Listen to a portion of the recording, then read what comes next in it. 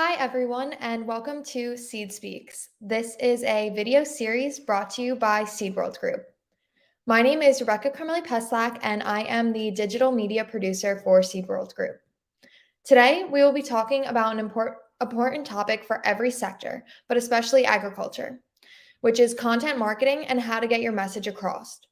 Marketing content looks different for every business, brand, and product, and how to get that message across to your target audience takes different strategies. Planning content and measuring success can be a challenge for marketers in every sector, including seed and agriculture, especially as social media and privacy regulations are constantly evolving. Today, I am joined by two experts to discuss what marketing is and marketing success. Emily Nagrin, Vice President of Corporate Affairs at Inari, and Kevin Lee Smith, Senior Lecturer and Advisor from Purdue University. Emily and Kevin, thank you so much for joining me today and bringing your expertise to Seed Speaks. Emily, could you briefly introduce yourself to our audience? Of course, and thank you so much, Rebecca, for inviting me to join you today. So my name is Emily Nagrin. I'm the Vice President of Corporate Affairs at Inari. Inari is the seed design company. We specialize in gene editing for plants, and we're working to improve sustainability so that we can continue to grow the food and fiber that we need to thrive as a society in a way that doesn't deplete our natural resources. So within Inari, I have three key areas of responsibility. I oversee our internal and external communications. I work with and oversee our sustainability efforts. And then I also oversee our work with government affairs. So I've been with the company for about 2 years. Before that, I had a couple different jobs within the agriculture sector on the corporate side, and really found my footing early on within a few public relations agencies here in the Minneapolis area. Thanks so much, Emily. Kevin, could you also briefly introduce yourself to our audience? Certainly. And also, thank you for having me. So I'm Kevin Smith, and I am a lecturer, academic advisor, and communicator, the triple threat here in the Purdue University Department of Agricultural Sciences, Education, and Communication. Specifically, I'm part of our agricultural communication program. And so I teach courses primarily in different ways of telling stories, which I think feeds into content marketing.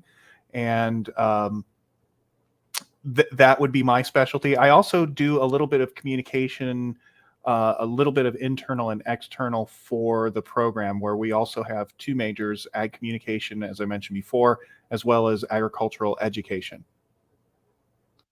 Thanks, Kevin. Kevin, I'll start with you first. What is your definition of content marketing? What does that look like to you? That's a good question. I've been thinking about this one.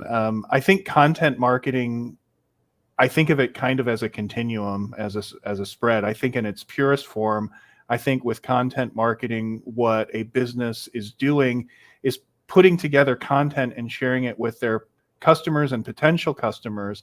And it's not necessarily what I would call the hard sell. They're providing information such as, from a flour company like King Arthur, I might be talking about baking tips or something like that, lifestyle issues. And I think that's kind of on the pure side of things.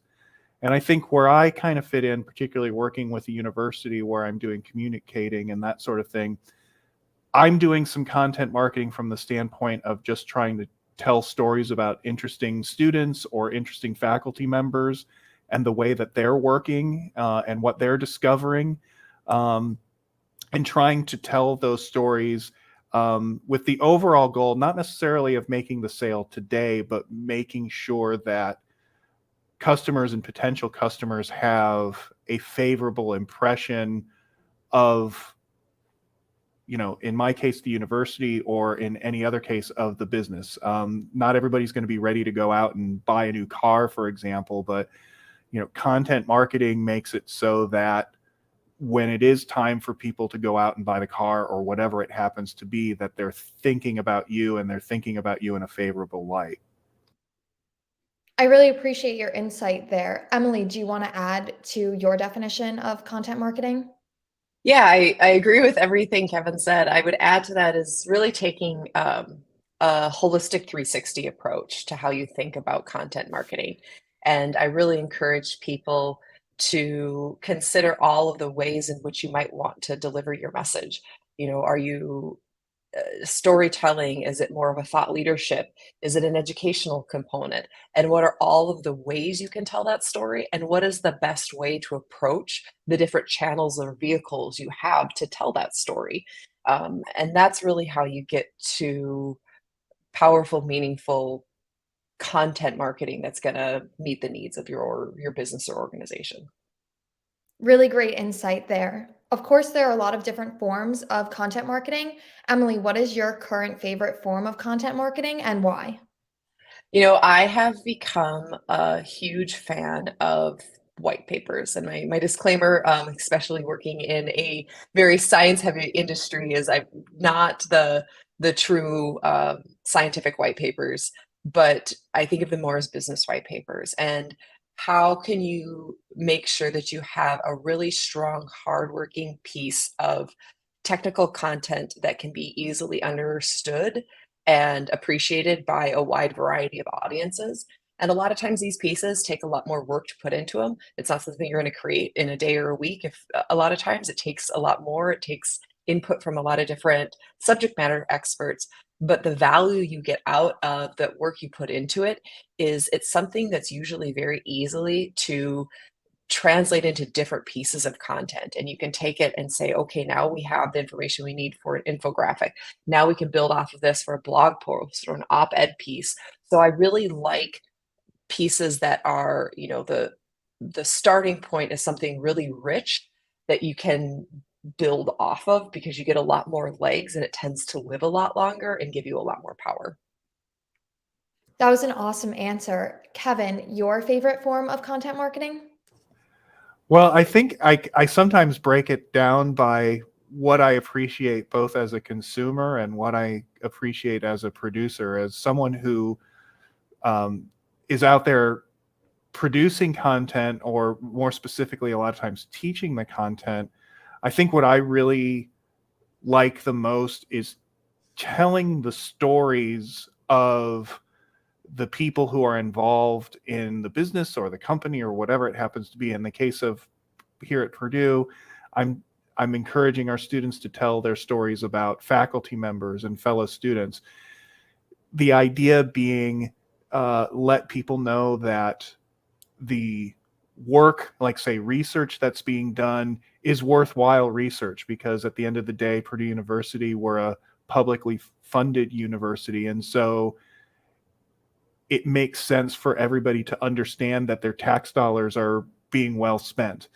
And telling those stories in video form with the blogs that go with it, that the students, I echo what Emily was saying, coming from the College of Agriculture here, there's an expression when it comes to production of like everything but the oink. And I think a lot of good marketing and good content creation is going into a situation for a story or for creating multiple pieces and thinking of every possible way you can use this to get the most out of it, to maximize it for the message, number one, that you want to deliver, and number two, to really reach the audience. And I think that's the most important thing. I think that's why content marketing itself is such a great way of approaching marketing generally, because it always is thinking about your audience and what they want and what they need and how and when they need it and all those things.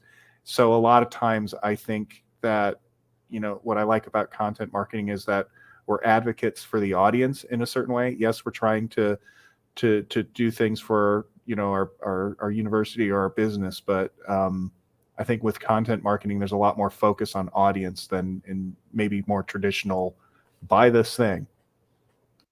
Totally. So, like most great things, content marketing takes a lot of planning. Kevin, how do you plan and strategize what content you're going to produce?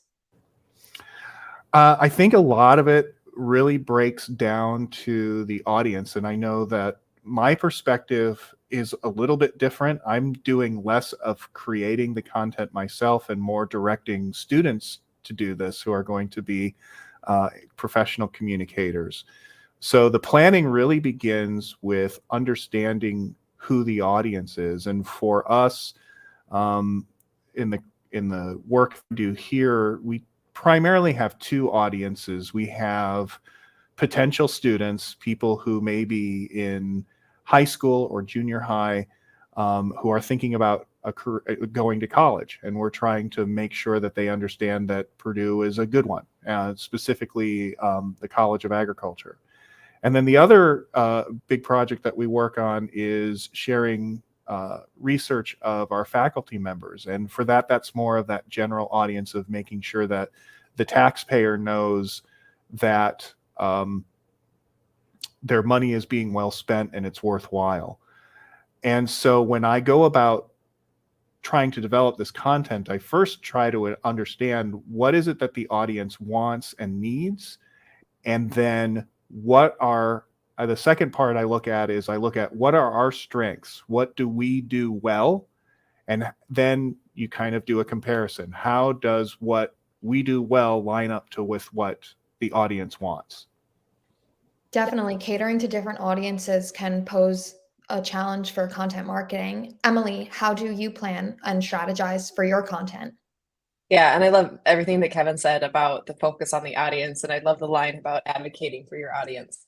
I build on that by, especially when I look at this from a business standpoint, I think the pitfall a lot of people fall into is not taking the time to really think carefully about what is the problem that you're trying to solve.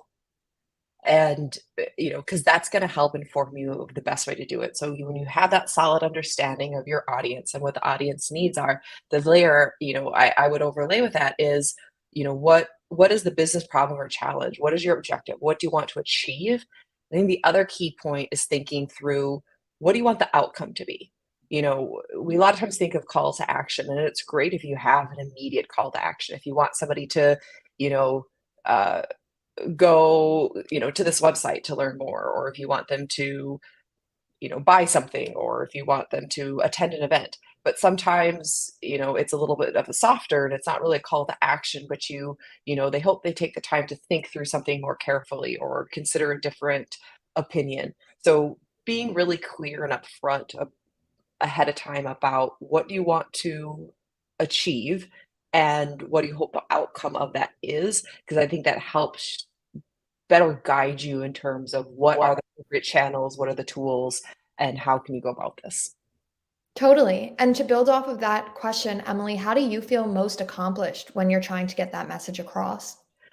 You know, to me, there's lots of things that go into it. There's lots of ways to evaluate ROI, but hands down, to me, the greatest accomplishment is when I hear somebody from my audience repeat a message. To me, then I know like it resonated, they appreciated it, they understood it. Um, you know, that's when I know that we've hit a home run. We did what we needed to do because I have, people from my audience now talking about that content and repeating some of the messages we wanted them to take away. And you, Kevin, how do you feel most accomplished? Yeah, absolutely echo when the audience gets it and I hear them.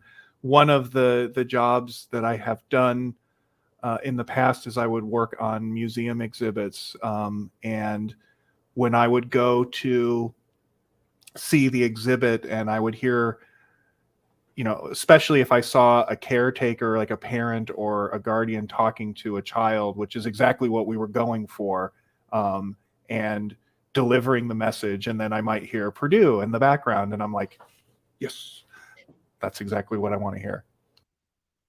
Wins are awesome. How do you measure, what metrics do you use to measure that success? Kevin, I'll let you take this one first. That's pretty good. I'll confess here that I don't do a very great job of doing a lot of that measurement. For what I do, it requires a lot more time to develop instruments like, tracking all of the web counts and that sort of thing, which in a large university can get kind of difficult. I think what I tend to do, at least with the work that I do, is a bit more on the social science side. We're not gathering so much data as we'll conduct follow-up interviews with selected people and get impressions, and see what is working, what is not, what they like and what they don't, and adapt and adjust from that. But I would say that that's what we do. I guess that would be more of an evaluation of what we've done, qualitative evaluation, as opposed to collecting numbers and going from there. Totally. Emily, what metrics do you use to measure success with your content marketing? I think some of the similar pain points that Kevin does, and I think anybody who is responsible for content marketing probably can relate to all of that.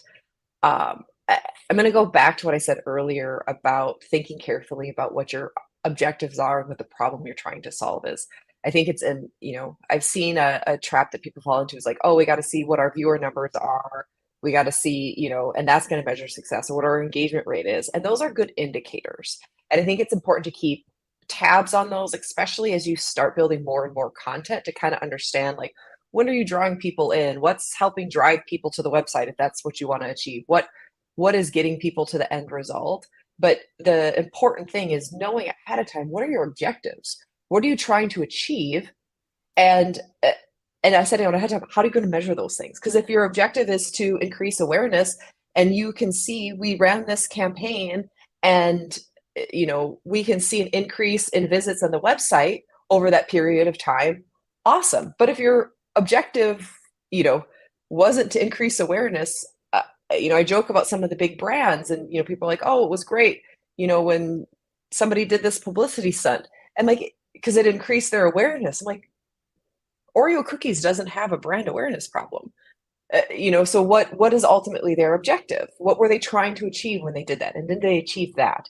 And I think that's really important to ground yourself in and have that measurement for success. And I think that's also an important conversation, depending on how your organization is organized or operates, your leadership or your board, helping them understand, look, we're doing this to achieve it.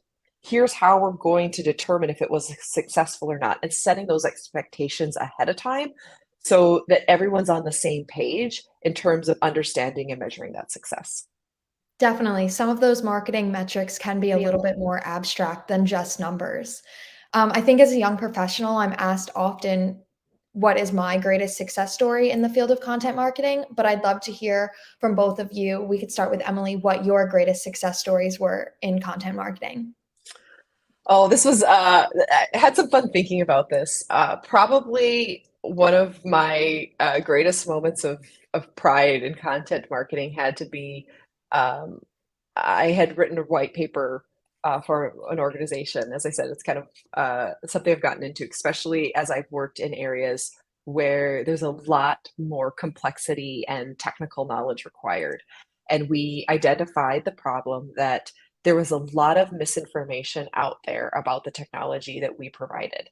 And it was creating confusion. And we had conversations with customers and potential customers that were really off because they were getting this misinformation and it was taking the conversation in the wrong direction. And we just wanted to reground people and kind of set the bar of kind of like, here's what the technology is, here's what its capabilities are, here's what it's good at, so that we had a better baseline of knowledge out there as we talked about then what our unique capabilities were as an organization. And I was at a trade show, and we had the white paper out at this point for a while. and I heard somebody from not necessarily a competitor, but let's just say a frenemy organization. And they were like, I absolutely loved that piece. I took it into my boss and I put it down on his table and I said, read this and you'll finally understand what we're trying to do. So to me, that was a big win. That sounds like quite the accomplishment. Kevin, your greatest success story? Well, I've also given this one a lot of thought. I think for me, the greatest success that I see is when I have had the opportunity to hear from current students saying something along the lines of, "Oh, I read that story about in Destination Purdue a couple months ago or a couple years ago, and it really I never knew that agriculture could do that."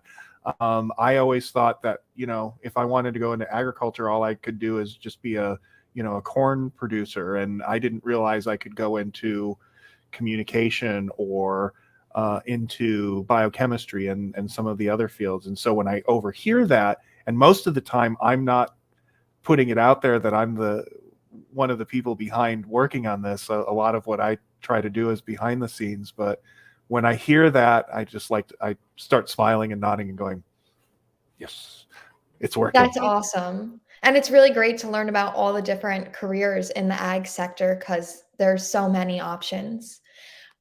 Kevin, how do you feel like the seed sector or the ag sector as a whole could grow in terms of content marketing?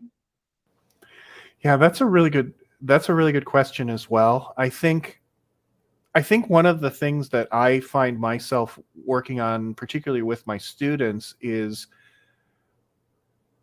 when it comes to the agricultural sector, I think a lot of communicators and companies generally have to think a little bit beyond their own insular community. A lot of times within agriculture, we tend to speak just to one another, and those conversations can be kind of narrow and limited, and there's a lot of nodding and we all agree. But I think what is really the next frontier is understanding what some of the non-producers think, just average people who think, milk comes from the grocery store, that sort of thing, and really making sure that they understand what it is that the agriculture industry does in a realistic and honest and I would say empathetic way, to understanding the concerns of people who may have qualms about certain practices within the industry. So I think I think that goes back to that idea of understanding your audience and taking them into account, advocating for them. Definitely. Emily, the same question for you. Any adjustments or suggestions you have for the sector as a whole? Yeah, I really couldn't agree more with Kevin on this one, and uh, I think we have, as an industry, gotten really good at talking, amongst ourselves. But I think we risk preaching to the choir, and it is important to be careful about the way in which you approach new or different audiences, and don't be scared. Um, I think you might be really surprised by some of the really powerful conversations you can have and engage in when you open yourself up to that. But go back to, what is the objective? Who are you trying to reach? And taking time ahead of time to really understand that audience as much as you can. And don't be afraid to ask them as many questions. There's lots of research out there that shows, people don't really like being talked at, they like being talked to. Don't assume that people are coming in with preconceived notions. you know, uh, Approach it as, everyone just trying to gain a better understanding of whatever that topic is. And, how do you approach that conversation maybe then a little bit differently? Um, but yeah, I think there's a lot of opportunity. I actually just had a conversation with a group, I don't know, it's probably a month or two ago, and we were talking more on the government affairs side. And obviously, that's a very unique audience set. But we were challenging people within the industry. to get out of their comfort zone and not just talk to the representatives that they know already support agriculture. And and it's not always fun to go and talk to the person who, and in government we have the benefit of, these are a lot of times public figures and we know what their viewpoint and their stance is, but that gives us an opportunity to do the research ahead of time to really understand, who is this person? What have they talked about? What have they expressed as their concerns? And where can we find that common ground and build from there? So, and I think that's a lesson that we can take even to other audiences. Don't put so much emphasis on what your polar opposites are, because chances are you're not going to change that. But where do you have common ground? I had the opportunity to work with pork producers here in Minnesota, and it was an amazing campaign. And we talked about just identifying with people that, a lot of our producers were parents, and at the end of the day, what they care deeply about is being able to provide healthy, nutritious meals for their children. That is something anybody relates to. There's your starting point. Build from there. So I think that's a great exercise to go through when you start thinking about how do you maybe get out of your comfort zone a little bit? How do you start reaching some other audiences? Where's your common ground and how can you build? Awesome. Thank you so much for your insight on that. It looks like we have a couple of audience questions that we have time for. So first, I'm going to turn to a question from Alex. And either one of you are welcome to take this, hopefully both of you. When it comes to content marketing, how should you go about ensuring you aren't getting too salesy with your stories? Yeah, I think that's a very easy and fast trap to fall into. So, I'm going to go back to something Kevin said and really being an advocate for your audience. Yes, you have, and I talked about, making sure that you're addressing your business objectives and what problem are you trying to solve, but what is the need of the audience and how do you address that? And, speaking in a language that they would naturally speak in, I think is an easy way to do that, because it's when we start getting too much into jargon, when we start getting too much into our, brand language is when we can start to fall into those sales traps. Kevin, anything to add there? Yeah, I would say I would go back. I teach this kind of thing a lot to my students. I think one of the things that I like to go back to is, again, it is a matter of audience and understanding where they're coming from. And I think it also, what I often tell my students is the same kind of rule of thumb, at least with an approach, is that I would give to anybody in marketing is, if you swapped out the name of your product or your thing. So if it was a particular major in the College of Agriculture or Purdue in general, I'd say, would you still be interested in this if I swapped out the name of, like, say, agricultural communication major with kinesiology or audiology and speech sciences? Would you still be interested in hearing about this? And if the answer is no, if that's what you're basing it on, if that's what you're thinking is going to be of interest to your audience, then you're not really thinking about your audience. So, from my perspective, things that are going to appeal to the audience where they are and who they are should have as broad an appeal as possible, and be interesting for its own sake. And I tend to think that individuals are more, and their stories and the why they do things are always going to be more interesting than the what. And I think there's going to be a lot of opportunity for the what to be there. The what, I always say that the what that somebody does is the occasion for a story or for a piece, but it's not always what the piece is about. It's about the person and why it helps them. The impact that a product might have on them is going to be more valuable than talking about, all the features of the product, because there are spec sheets for that. They'll find that. Definitely. And then one other audience question from Ashley. How are we honest with consumers about content marketing? Do we need to let them know when a piece of content is paid for? Absolutely, 100% without question.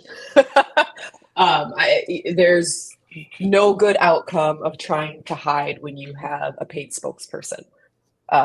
Be honest and upfront about it.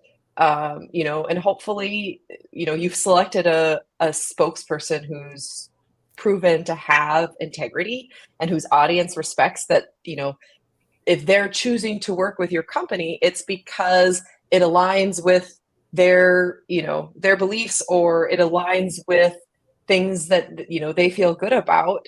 And that, even if they are getting paid, that gives them credibility. They're not somebody out there who's just pushing anything, for anybody who will throw a couple bucks at them. So I think, finding the right spokespeople, content marketers to work for and pay, and I would also just in general think carefully about that. Is that really going to get you to a different outcome than if you went about it a different way? And is there a way to put those dollars to better use before you just start to try and find people to pay to do your content? Because you'll be amazed about what the power that a lot of times your own internal teams have, and how can you activate your employee base a lot of times, or in Kevin's case, your student base, to be those storytellers and carry that message forward. Kevin, did you want to add anything there?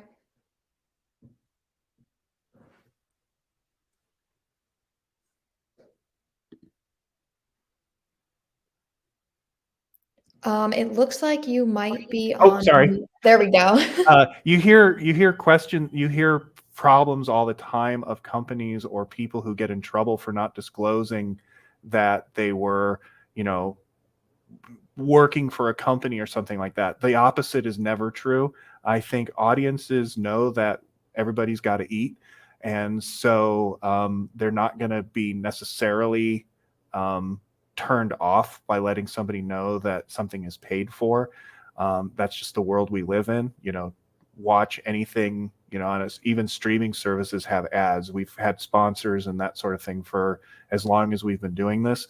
I think audiences are aware of that and understand that and respect that. But what they don't respect is when people are hiding things from them. And people have and always will be deceitful in that sort of way. But if it ever gets found out, and it almost always does, it doesn't end well. Totally. So that's a wrap on our questions for today. I wanted to thank both of you, Emily and Kevin, for joining us for this week's Seed Speaks. I really enjoyed learning from both of you and sharing this information and expertise with our audience. Next week on Seed Speaks, join Ashley Robinson for her episode titled From the Aisles to the Fields: How Grocery Shopping Affects Plant Breeding. Thank you again to everyone for joining us, and have a great week.